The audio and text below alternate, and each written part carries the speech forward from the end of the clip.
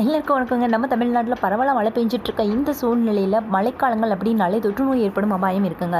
அதுலேயும் பொதுவாக காமனாக ஏற்படக்கூடிய ஒரு பிரச்சனை அப்படின்னு பார்த்தீங்கன்னா அது நமக்கு சளி பிரச்சனை தாங்க. இந்த சளி பிரச்சனையிலேருந்து நம்ம எப்படி ஈஸியாக வீட்டில் இருக்க 2 பொருளை யூஸ் பண்ணி எப்படி நம்ம ஈஸியாக வெளில வரலாம் அப்படிங்கிறத நான் இன்றைக்கி உங்களுக்கு சொல்ல போகிறேங்க. அந்த 2 பொருளை யூஸ் பண்ணி நான் இன்றைக்கி என்ன செய்ய போகிறேன்னா கஷாயம் ஒன்று செய்ய போகிறேங்க.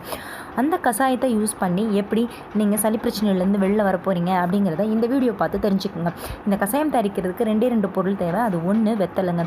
வெத்தலை எவ்வளோ வேணும் அப்படின்னு பார்த்தீங்கன்னா 2லேருந்து 3 இலை எடுத்துக்கோங்க. இந்த வெத்தலையை நல்லா கழுவி வச்சுக்கோங்க. அதுக்கப்புறமா நமக்கு என்ன தேவை அப்படின்னு பார்த்தீங்கன்னா 200 ml தண்ணி மட்டும்தாங்க. இந்த தண்ணியை அடுப்பில் வச்சுருங்க. அதுக்கப்புறமா வெத்தலையை நல்லா கழுவி சின்ன சின்ன பீசஸாக கட் பண்ணி அந்த தண்ணிக்குள்ளே போட்டுருங்க.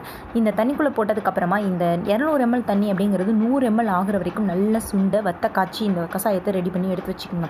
இப்படி ரெடியான கஷாயத்தை நம்ம காலையிலையும் சாயங்காலமும் 10லேருந்து 15 ml அளவுக்கும் 2லேருந்து 3 நாள் வரைக்கும் தொடர்ந்து குடிச்சிட்டு வந்தோம்னா சளி அப்படிங்கிறது காணாமல் போயிடுங்க. பொதுவாகவே கஷாயத்தை சாப்பிட்டதுக்கு அப்புறமா தாங்க குடிக்கணும். இந்த கஷாயம் இல்லை, எந்த கஷாயமாக இருந்தாலும் சாப்பிட்டதுக்கு அப்புறமா 1/2 மணி நேரத்துக்கு அப்புறமா தான் குடிக்கணும். அப்போ தான் நம்ம குடலில் புண் ஏற்படாமல் இருக்கும். இந்த கஷாயத்தை ட்ரை பண்ணி நம்ம சளியிலேருந்து ஈஸியாக வெளியில் வந்துடலாம். இந்த கஷாயம் சின்னவங்கலேருந்து பெரியவங்க வரைக்கும் இந்த கஷாயத்தை குடிக்கலாம். இந்த வீடியோ உங்களுக்கு பிடிச்சிருக்குன்னு நம்புகிறேன். வீடியோ பிடிச்சிருந்தா கண்டிப்பாக லைக் பண்ணுங்கள். மறக்காமல் சப்ஸ்கிரைப் பண்ணுங்கள் எங்கள் சேனலை.